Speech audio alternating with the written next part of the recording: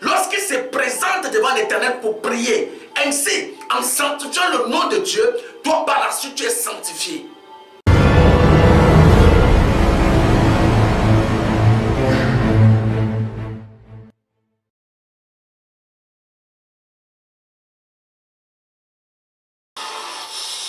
Nous allons toucher trois points aujourd'hui, 3 points primordiaux pour un homme spirituel, pour un homme qui veut devenir un homme spirituel. Le premier point que nous allons toucher aujourd'hui, c'est la méditation de la parole de Dieu. Le deuxième point, ça serait le jeûne. Et le troisième point, la prière. La méditation, le jeûne et la prière. Nous allons comprendre pourquoi la méditation, le jeûne et la prière est très primordial pour un homme spirituel. Comment le jeûne, la prière et la méditation peut avoir de l'impact et de l'autorité sur la vie d'un homme spirituel. Alléluia. Est-ce que quelqu'un peut me dire amen bien? Premier point, la méditation. Dis avec moi la méditation. Osée 4, verset 6. Mon peuple est détruit. Mon peuple est détruit parce qu'il lui manque la connaissance. Parce qu'il lui manque la connaissance. Puisque tu as rejeté la connaissance. Puisque tu as rejeté la connaissance. Je te rejetterai. Je te rejetterai. Et tu seras dépouillé de mon sacerdoce. Et tu seras dépouillé de mon sacerdoce. Alléluia. Est-ce que quelqu'un peut dire amen fort? Et je vais décortiquer cette parole. Mon peuple périt parce qu'il lui manque la connaissance. Et ici nous parlons de la méditation de la parole de Dieu. Bien aimé, pour avoir la connaissance, il faut méditer la parole de Dieu. La parole de Dieu nous donne la connaissance. La connaissance en quoi? La connaissance de Dieu. La connaissance du trône divin. La connaissance de notre destinée. La connaissance de notre vie. La méditation de la parole de Dieu nous révèle des choses que nous ne connaissons pas. Et ici Dieu dit, puisque vous avez rejeté la connaissance, je te rejetterai. Alléluia. Nous comprenons ici, si quelqu'un ne veut pas méditer la parole de Dieu, il rejette la connaissance. Il rejette Dieu. Alléluia. Si tu n'as pas la connaissance du Dieu que tu sers, comment peux-tu prier le Dieu que tu ne sais pas? Comment peux-tu servir un Dieu que tu ne connais pas? Comment peux-tu prier sans savoir même ce que tu demandes? Alléluia. Beaucoup d'enfants de Dieu opèrent en atmosphère parce qu'ils manquent la connaissance. Beaucoup d'enfants de Dieu périssent parce qu'ils leur manquent la connaissance. Beaucoup d'enfants de Dieu sont détruits parce qu'ils leur manquent la connaissance. La connaissance, bien aimé dans le Seigneur, du trône divin transforme la vie d'un enfant de Dieu. Et il dit, puisque tu as rejeté la connaissance, je te rejetterai. Oui. Et tu seras dépouillé de mon sacerdoce. Et par la suite, puisque tu oublies la loi de ton Dieu, la méditation de la parole de Dieu te fera connaître ce que Dieu aime, ce que Dieu n'aime pas. À cause de ce que tu as rejeté la loi de Dieu, à cause de ce que tu rejettes la volonté divine, bien aimé dans le Seigneur, Dieu dit, je te rejetterai. Voilà Jésus. C'est pourquoi j'invite un enfant de Dieu ce matin. La méditation de la parole de Dieu te fait croître en connaissance. La connaissance de Dieu, la connaissance de la volonté de Dieu, la connaissance de la parole divine, la connaissance de ton état destiné. Un homme qui médite la parole connaît sa destinée. Un homme qui médite la parole de Dieu, bien aimé dans le Seigneur, croit spirituellement. Est-ce que je parle à quelqu'un ce matin? Mais je vais établir une différence ce matin. On médite, lorsqu'on parle de la méditation, on parle uniquement de la méditation de la parole de Dieu.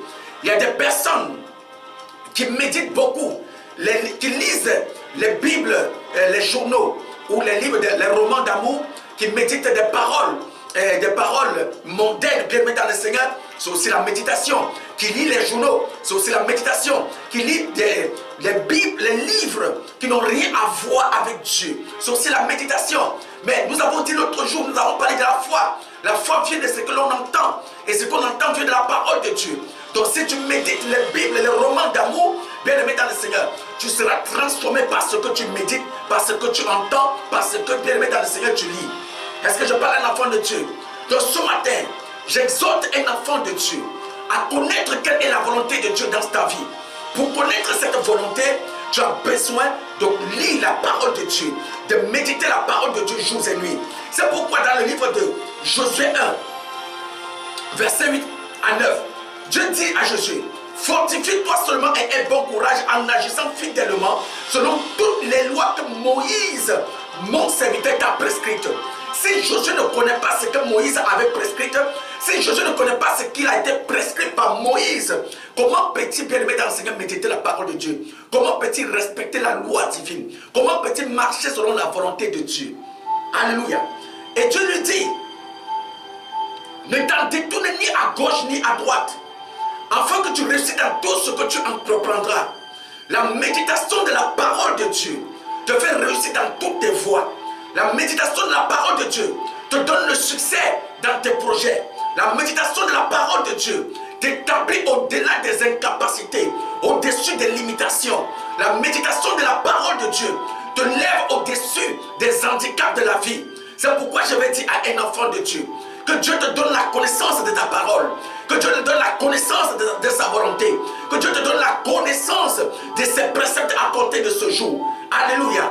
Médite-la jour et nuit, ainsi tu réussiras. Tu comprends ici, bien-aimé, le succès d'un homme dépend de ce qu'il connaît. La réussite d'un homme est basée sur la connaissance que tu as. Ça veut dire que c'est ce que tu sais, c'est ce que tu connais qui fera de toi ce que tu seras demain. Si tu connais, bien-aimé dans le Seigneur, forger, tu seras forgeron. Si tu sais coudre les habits, tu seras un bon couturier. Tu seras conduit, tu seras un bon chauffeur. Et je veux dire à un enfant de Dieu, la méditation de la parole de Dieu est la clé du succès dans tous les domaines, dans tous les aspects, dans toutes, dans tous les domaines de la vie. Alléluia. Si tu devais devenir le meilleur médecin de la vie, médite la parole de Dieu. La Bible te dirait comment devenir le meilleur médecin de ta génération. Tu veux devenir le plus grand théologien de la vie, médite la parole de Dieu. La Bible t'établira bien dans le Seigneur comme le plus grand théologien de ta génération.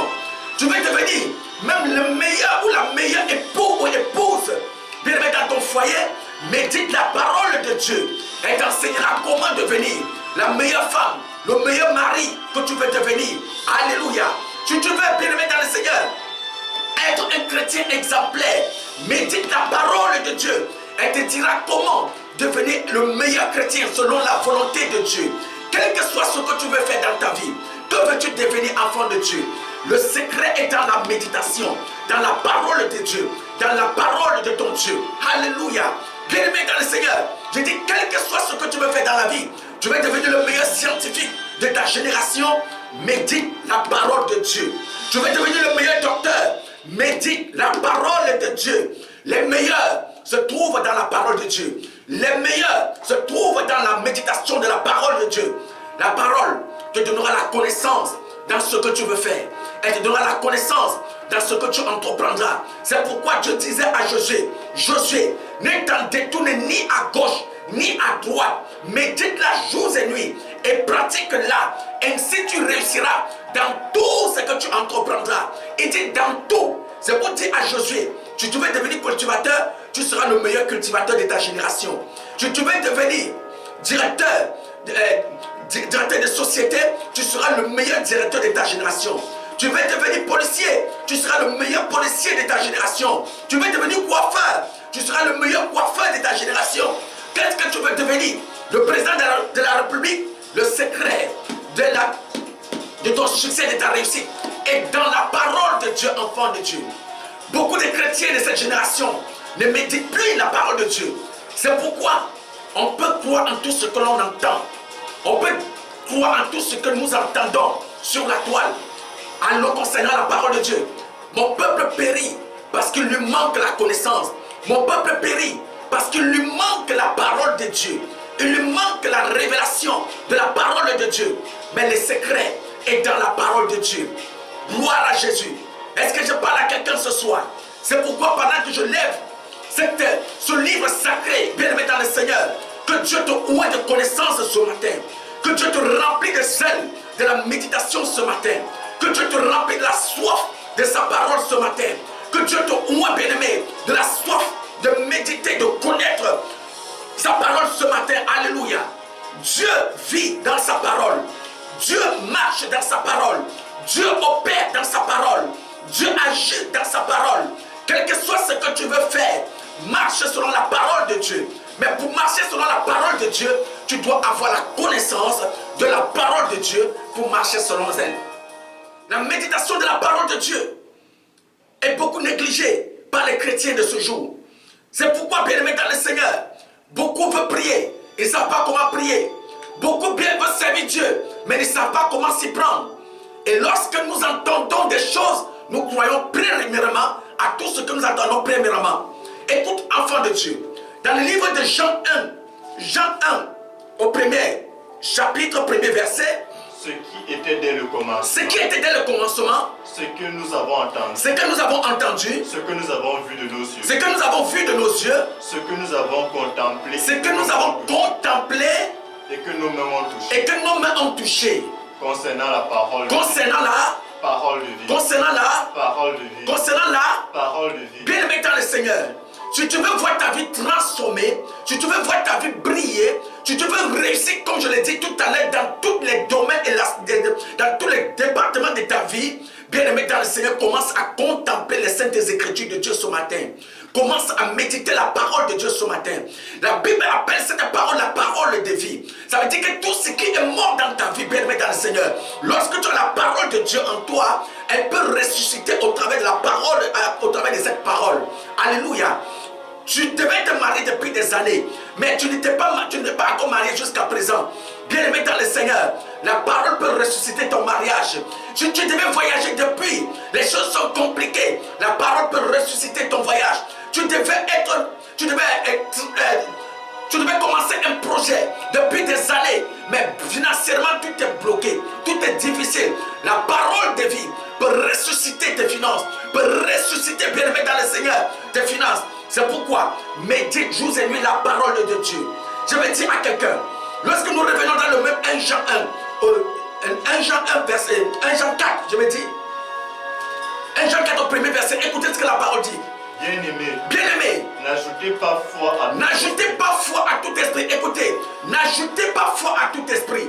Ne pas ajouter foi à tout esprit, ce n'est pas parce que ce n'est pas toute écriture qui vient de Dieu. Alléluia. Ce n'est pas tout ce que tu entends qui vient de Dieu. Ce n'est pas tout ce que tu lis qui vient de Dieu. Uniquement la parole de Dieu. Mais éprouvez les esprits. Pour savoir s'ils sont de Dieu. Pour savoir s'ils sont de Dieu. Car plusieurs faux prophètes sont venus dans le monde. Car plusieurs faux prophètes sont venus dans le monde. Alléluia. Le verset suivant. Reconnaissez à ceci l'Esprit de Dieu. Reconnaissez à ceci l'Esprit de Dieu. Tout esprit qui confesse Jésus-Christ. Tu t'arrêtes là. Alléluia. Comment on peut, bien aimé dans le Seigneur, sonder un esprit, éprouver un esprit si on ne connaît pas la volonté de Dieu? Il dit, éprouvez tous les esprits, tout esprit. Comment pouvons-nous éprouver l'Esprit de Dieu si nous manquons de connaissance à la volonté de Dieu? On ne peut pas éprouver l'Esprit de Dieu par la connaissance des hommes. On ne peut pas éprouver l'Esprit de Dieu par la connaissance de soi ou pas et ses émotions en soi. On ne peut pas éprouver les esprits de Dieu si on ne connaît pas le fonctionnement de Dieu. Si on ne connaît pas la volonté de Dieu. Gloire à Jésus.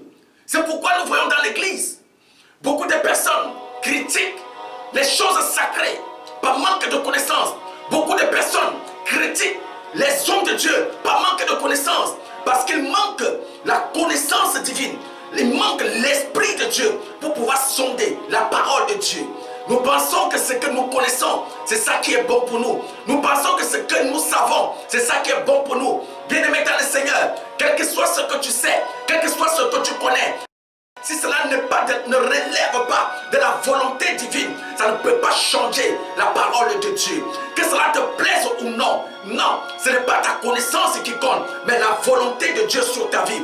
Ce n'est pas ce que tu penses qui compte, mais la volonté de Dieu sur ta vie. Ce n'est pas ce que tu veux qui compte, mais la volonté de Dieu sur ta vie.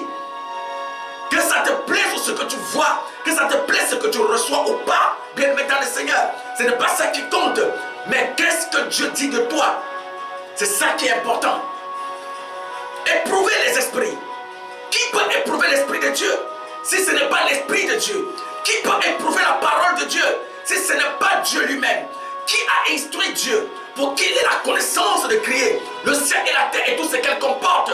C'est pourquoi, frères et sœurs dans le Seigneur, pour éprouver les esprits que nous voyons, tu dois avoir l'Esprit de Dieu en toi. Tu dois avoir la parole de Dieu en toi. Tu dois avoir la connaissance des fils de Dieu en toi pour pouvoir éprouver les esprits de Dieu, les esprits des prophètes, les esprits des faux sacrificateurs. Gloire à Jésus. Et nous regardons une génération présente. Aujourd'hui, nous rejetons la lumière pour embrasser les ténèbres par manque de connaissance. On regarde à ce qui brille par manque de connaissance. On embrasse les choses qui nous plaisent par manque de connaissance. Et nous rejetons ce qui fait la force, ce qui fait la vérité. Nous rejetons ce qui donne la vie, la vraie parole, la parole de Dieu. Gloire à Jésus. Quand ça nous plaît, on accepte. Quand ça nous plaît, on reçoit. Mais quand ça ne nous arrange pas, on dit ça, ce n'est pas de Dieu. Ça, c'est des sorciers. Ça, c'est des marabouts. Et ce qui vient des marabouts, comme ça nous plaît, on accepte. Je vais dire à un enfant de Dieu, ne sois pas comme ceux qui se cachent derrière des raisonnements bidons. Nous sommes au temps de la grâce. Nous sommes au temps de la grâce. Nous voyons seulement la grâce de Dieu. Nous voyons seulement l'amour de Dieu. Nous voyons seulement un Dieu doux. Nous voyons seulement un Dieu miséricordieux. Nous voyons un Dieu rempli de compassion.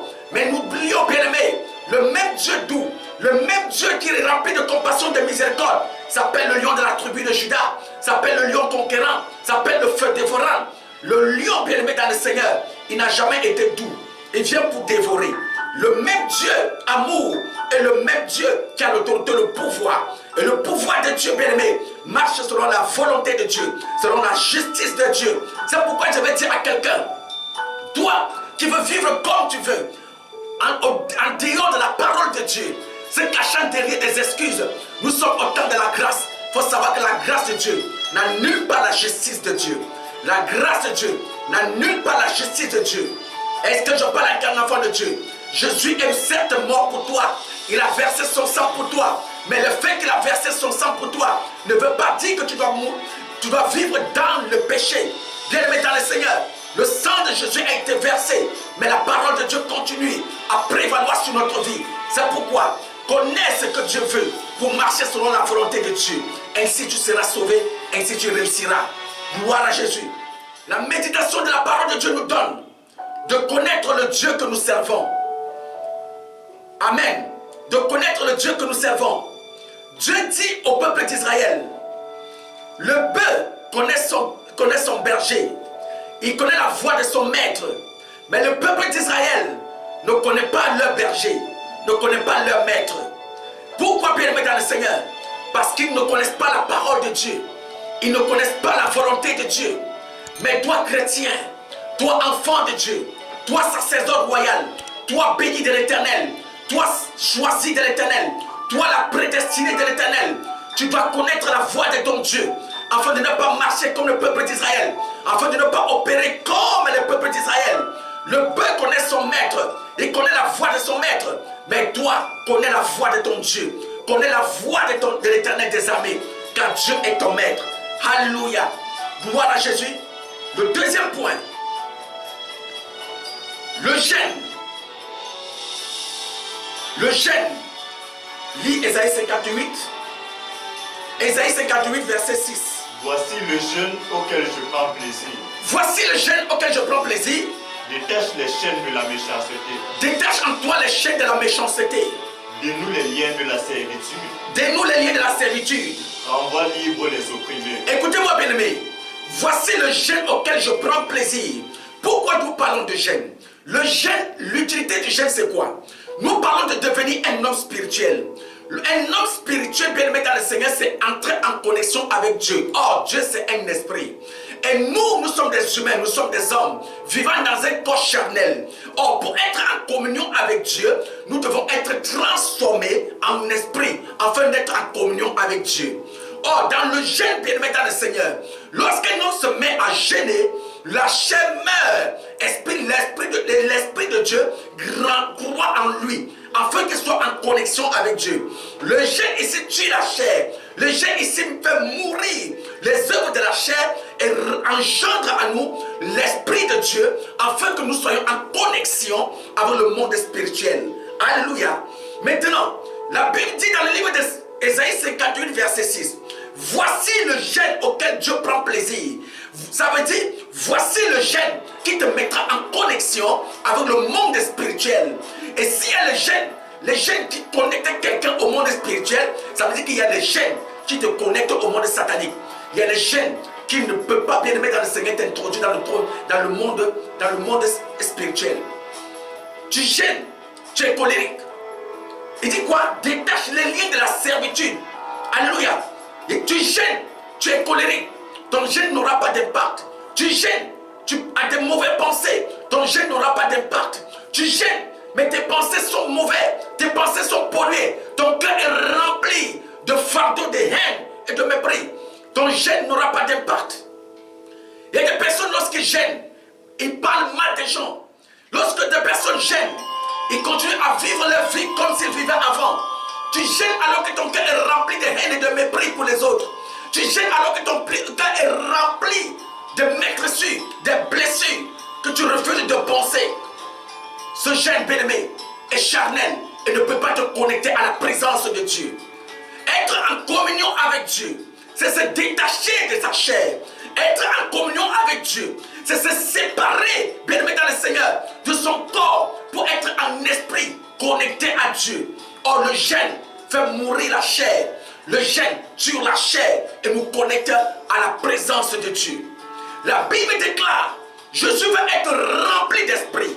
Et en cet instant, va être transporté dans le désert pendant 40 jours où il va jeûner. Si Jésus-Christ lui-même personnellement peut se mettre à part pour gêner et chercher la face de Dieu, qu'en est-il de nous, bien-aimés dans le Seigneur? Le bois vert qu'il était et le bois sec que nous sommes, lui, il se met à part 40 jours pour gêner. Qu'est-ce qu'il cherchait? Qu'est-ce que cela signifiait?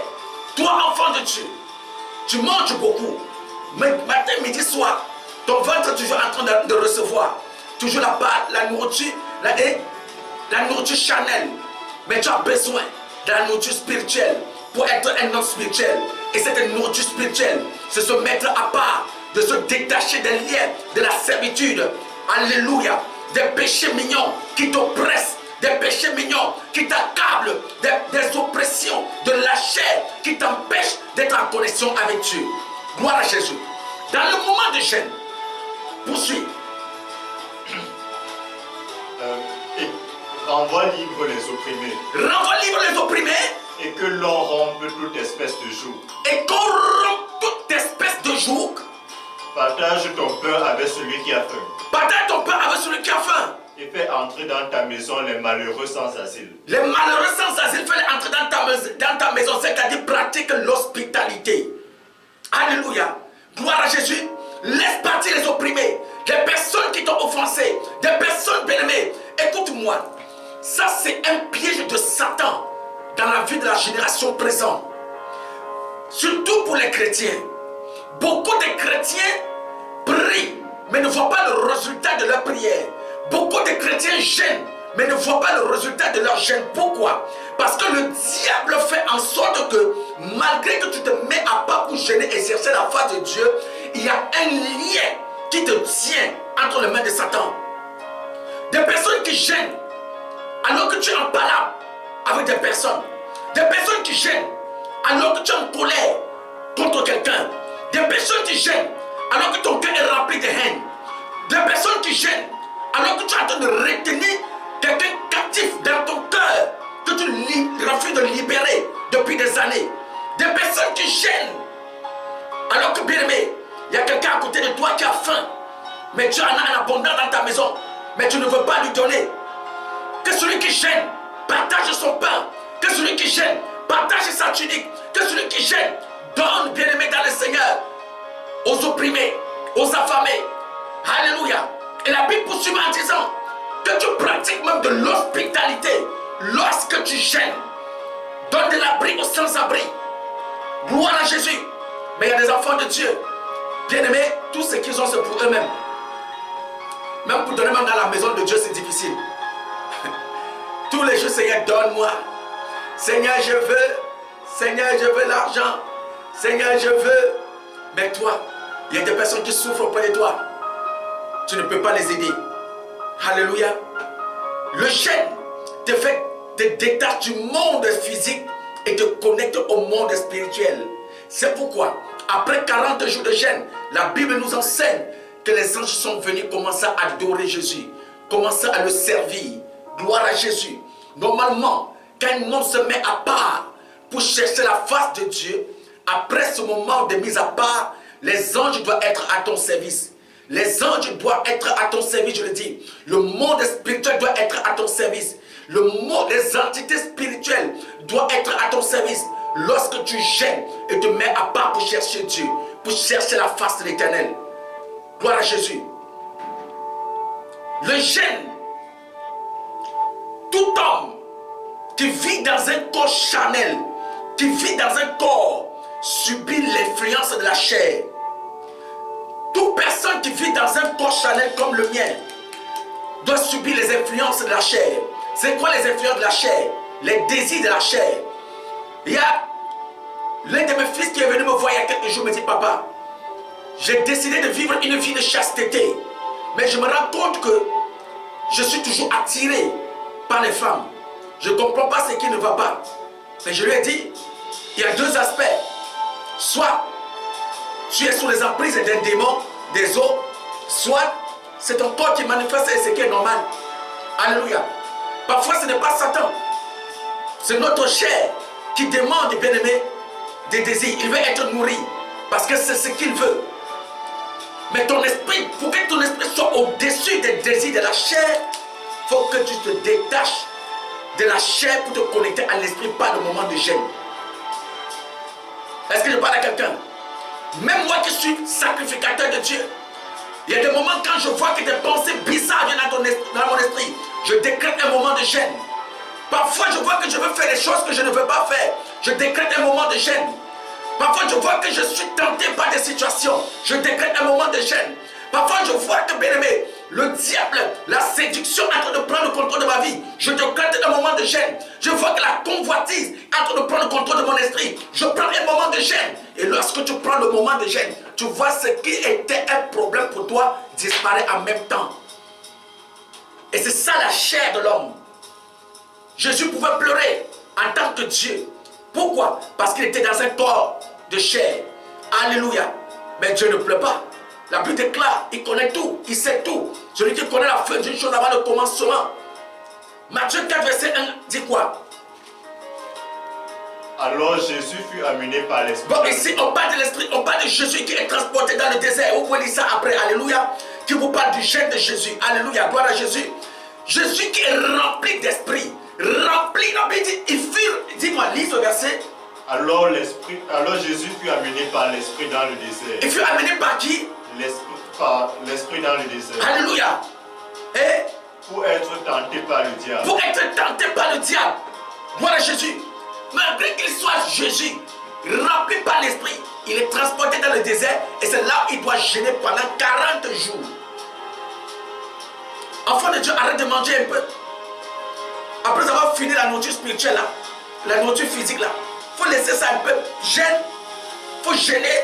Alléluia. Jeûne, médite la parole de Dieu. Jeûne, cherche la face de Dieu. Jeûne pour que la chair la meure. Jeûne pour être connecté à la présence de Dieu. C'est pourquoi, bien-aimé dans le Seigneur, je vais déclarer dans la vie de certaines personnes, il y a un démon, le démon de la gloutonnerie qui empêche beaucoup d'enfants de Dieu de jeûner. C'est quand tu décrètes un jeûne que tu vois, tu as envie de manger. C'est quand tu commences à jeûner que tu as encore plus faim qu'avant. À toute heure, tu veux manger seulement. Quand tu veux jeûner, beaucoup d'enfants de Dieu ne veulent pas gêner à cause de ce démon-là. Je le dis, je m'adresse à toi, et chrétien qui m'entend ce matin. Il y a un démon qu'on appelle le démon de la gloutonnerie.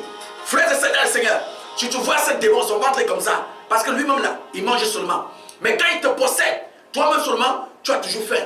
Tu veux manger seulement. L'appétit augmente, l'appétit grandit. Les excès de table là, c'est ce démon-là qui est à l'origine. Les excès de table là, c'est lui. Parfois tu achètes même la nourriture au-delà de ce que tu peux manger.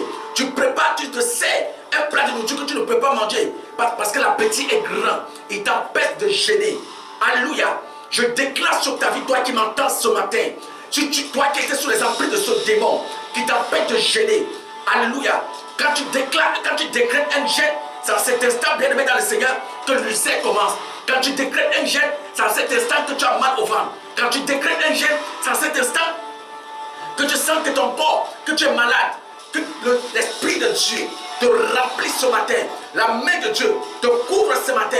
La puissance d'en haut te remplit avec autorité dans le nom puissant de Jésus-Christ. Gloire à Jésus. La Bible nous enseigne, bébé. Le peuple d'Israël avait péché. Le peuple d'Israël avait offensé Dieu. Et pour que Dieu les restaure, pour que Dieu descende parmi eux, pour que Dieu se présente à eux, Dieu va demander au peuple d'Israël de jeûner pendant 3 jours et que chacun se sépare de sa femme. Chacun se sépare de sa femme, toutes les mariées. Il ne doit pas toucher la femme pendant 3 jours. Et ils vont se mettre à part pendant 3 jours. Et après 3 jours, Dieu est descendu parmi eux au milieu de la montagne d'Horeb. Alléluia. Donc c'est toi aussi qui avais offensé Dieu hier, qui était déconnecté de la face de Dieu. Bien-aimé dans le Seigneur, il y a encore de l'espoir pour toi. Jeûne seulement, prends un moment, mets-toi à part, connecte-toi à la présence de Dieu et tu verras la face de Dieu. Tu verras la gloire de Dieu. Alléluia. Le 3e point, la prière. Il y a des chrétiens qui ne prient que lorsqu'ils viennent à l'église. Il y en a même d'autres, même quand ils viennent à l'église, on ne prie pas. C'est Daddy qui doit prier pour eux. C'est Daddy qui doit imposer la main. C'est Daddy qui doit toujours intervenir pour eux. Les chrétiens qui ne prient jamais. Alléluia. Il y en a même d'autres qui me regardent maintenant. Depuis 1 mois, depuis que nous sommes à la maison, 2 mois de cela, ils ne sont jamais présentés devant Dieu comme ça pour prier. Alléluia. Luc 11, verset 2. Jésus priait un jour en un certain lieu. Lorsqu'il eut achevé, un de ses disciples lui dit: Seigneur, enseigne-nous à prier, comme Jean l'a enseigné à ses disciples. Il leur dit: quand vous priez, dis: Père, que ton nom soit sanctifié, que ton règne vienne. Dis avec moi: que ton nom soit sanctifié, que ton règne vienne. Je vais te dire quelque chose dans la prière. Il y a beaucoup d'enfants de Dieu qui prient. Mais lorsqu'ils prient, ils ne sanctifient pas le nom de Dieu. Beaucoup d'enfants de Dieu, lorsqu'ils prient, ils ne demandent pas que le règne de Dieu descende en eux. Beaucoup d'enfants de Dieu, lorsqu'ils se présentent devant Dieu, c'est pour demander ce qu'ils ont besoin. Beaucoup de personnes, lorsqu'ils se présentent devant Dieu, c'est lorsqu'ils ont fait un cauchemar pour chasser les démons. Beaucoup de personnes, lorsqu'ils se présentent devant Dieu pour prier, ils ne sanctifient jamais le nom de Dieu. Les disciples se présentent à Dieu pendant que Jésus, devant Jésus, pendant qu'il priait, disent: Seigneur, enseigne-nous à prier comme Jean a enseigné à ses disciples à prier. Jésus dit: lorsque vous priez, vous devez dire: Seigneur, que ton nom soit, notre Père qui est aux cieux, que ton nom soit sanctifié. Que ton nom soit sanctifié. Est-ce que tu as appris à sanctifier le nom de Dieu? Il n'y a que celui qui sanctifie le nom de Dieu qui peut être sanctifié par Dieu. Si tu ne sanctifies pas le nom de Dieu, bien-aimé, Dieu ne peut pas te sanctifier. C'est pourquoi lorsque Jésus dit à Dieu: Père, je t'ai glorifié sur la terre, je t'ai fait connaître au peuple que tu m'as donné. Maintenant, sache que je suis sorti de toi et que c'est toi qui m'as envoyé. Maintenant, glorifie-toi dans ma vie, de la gloire que j'avais lorsque j'étais auprès de toi.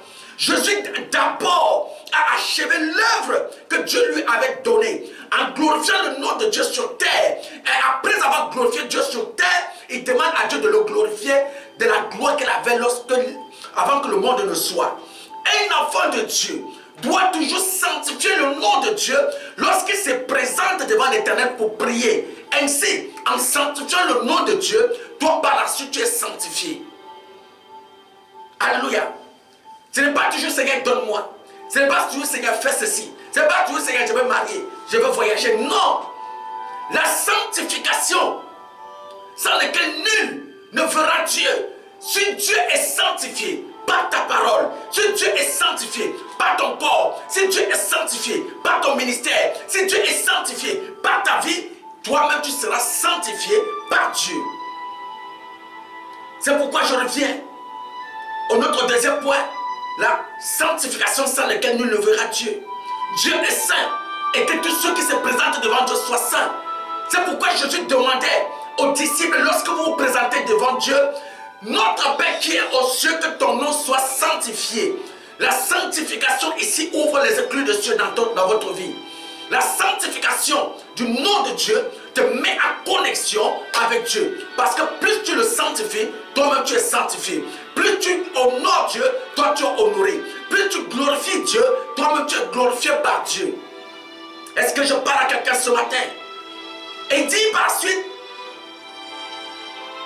que ton règne vienne. C'est après avoir sanctifié le nom de Dieu qu'on appelle maintenant le règne de Dieu dans notre vie. Voilà pourquoi vous priez mal. Et plus vous priez mal, c'est pourquoi vous ne voyez pas le résultat des prières que vous adressez à Dieu. C'est après avoir sanctifié le nom de Dieu que nous sommes sanctifiés maintenant et on appelle maintenant le règne de Dieu dans notre vie. Car prier, c'est être en communion avec Dieu. Et on ne peut pas être souillé et être en communion avec Dieu, car Dieu est esprit. Que celui qui se présente devant Dieu se présente en esprit. C'est pourquoi Jean 4 dit ceci: Dieu cherche ceux qui adorent en esprit et en vérité. En esprit et en vérité. On n'adore pas Dieu dans la chair. On ne prie pas Dieu dans la chair. Mais on prie en esprit afin de recevoir ce Dieu qui est esprit. Est-ce que je parle à un enfant de Dieu? Si c'est à toi que je m'adresse ce matin, donne-moi un amen fort. Un amen puissant. Alléluia. Que ton règne vienne. Lorsqu'on parle du règne de Dieu, c'est une façon de Seigneur, viens régner dans ma situation. Viens régner dans ma vie. Viens régner, Seigneur, dans ma maladie. Viens régner, Seigneur, dans mes faiblesses. Viens régner, Seigneur, dans ma destinée. Viens régner, Seigneur, dans ma famille. Viens régner, Seigneur, dans mon ministère. Alléluia. Lorsque le règne de Dieu descend en nous, Dieu vient avec son règne. Régner dans sa situation. Régner dans ta situation. C'est à cet instant maintenant, bien-aimé. Tu vois par la suite, Jésus dit quoi? Donne-nous chaque jour notre pain de quotidien. C'est après avoir demandé le règne de Dieu qu'on peut demander. Parce que tant que le règne de Dieu n'est pas descendu en toi, tu demandes en vain. Il faut que tu sois d'abord en connexion avec le ciel pour demander ce que tu veux. Est-ce que je parle à un enfant de Dieu ce matin? Alléluia. Oh, ce message me fait moi-même du bien quand je parle. Alléluia. Gloire à Jésus. Sanctifie le nom de Dieu. Appelle le règne de Dieu. Une fois le règne de Dieu vient dans ta situation, maintenant tu peux demander. Maintenant tu peux poser des requêtes. Maintenant tu peux soumettre. Maintenant, bien aimé dans le Seigneur, tu peux dire tout ce que tu veux. Donne-nous aujourd'hui notre pain quotidien. Donne-moi aujourd'hui, Seigneur, le zèle de prier, le zèle d'autorité, le zèle de puissance. Donne-moi aujourd'hui, Seigneur, de posséder tout lieu que foulera la plante de mes pieds. En cet instant, le règne de Dieu exerce au travers de ta parole. Le règne de Dieu opère au travers de ta vie. Ce que tu dis, ce n'est plus toi qui dis. Ce que tu demandes, ce n'est plus toi qui demandes. Ta prière, ta requête devient autorité. Ça devient bien aimé accomplissement. Parce que le règne de Dieu est en toi. C'est pourquoi Jésus dit, rappelle à ma mémoire pour que nous plaidons ensemble. Lorsque le règne de Dieu vient en toi, vous plaidez ensemble. Vous agissez ensemble, vous opérez ensemble. Priez sans cesse. Dit l'Éternel des armées, dit 1 Thessaloniciens 5.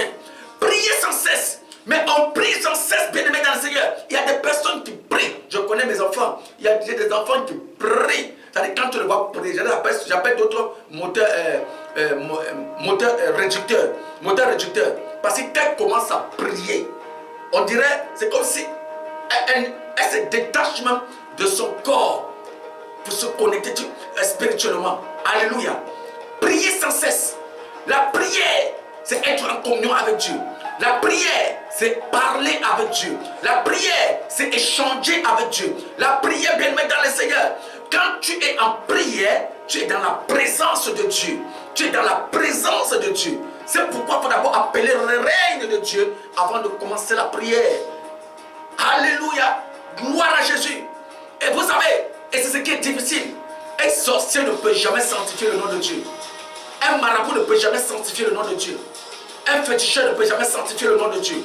Et c'est à ça que nous sommes au-dessus d'eux. Je vais dire à quelqu'un, c'est à cela que nous sommes au-dessus d'eux. Le sorcier, lorsqu'il veut, parce que même les sorciers prient, si tu ne savais pas, lorsque le sorcier veut prier, il se connecte à son démon. Lorsque le marabout veut prier, il se connecte à son démon. Il parle à son démon. Il a aussi des codes. Comment il entre en connexion avec son démon. Mais nous, enfants de Dieu, ton code sanctifie le nom de Dieu. Sanctifie-le tous les jours de ta vie. Sanctifie-le tous les jours de ta vie. Dans ta parole, sanctifie Dieu. Dans ton mode de vie, sanctifie Dieu. Dans ton caractère, sanctifie Dieu. Dans ton comportement, sanctifie Dieu. Dans ta mentalité, sanctifie Dieu. Dans ta pensée, sanctifie Dieu. Dans ton quotidien, sanctifie Dieu. Partout où tu seras, sanctifie Dieu. Ne sanctifie pas seulement Dieu lorsque tu as besoin de quelque chose. Sanctifie Dieu tous les jours de ta vie. Ainsi ta vie sera sanctifiée. Ainsi tu seras en connexion avec Dieu. Demandez-moi, écoutez, la Bible dit, Jean 15, verset 7. Si vous demeurez en moi et que ma parole demeure en vous, demandez tout ce que vous voulez, il vous sera accordé. Si vous demeurez en moi et que je demeure en vous, c'est en cet instant que vous demandez. Si vous me sanctifiez et que vous êtes sanctifiés, demandez tout ce que vous voulez, il vous sera accordé par-dessus tout. Est-ce que par là quelqu'un? Jean 15, verset 7. Si vous demeurez en Jésus et que sa parole demeure en vous, demandez à cet instant que vous demandez tout ce que vous voulez. Et si, je dis, si tu sanctifies le nom de Dieu comme Jésus l'a dit, et que par la suite tu es sanctifié, c'est en cet instant que tu demandes tout ce que tu veux, ainsi tu seras exaucé.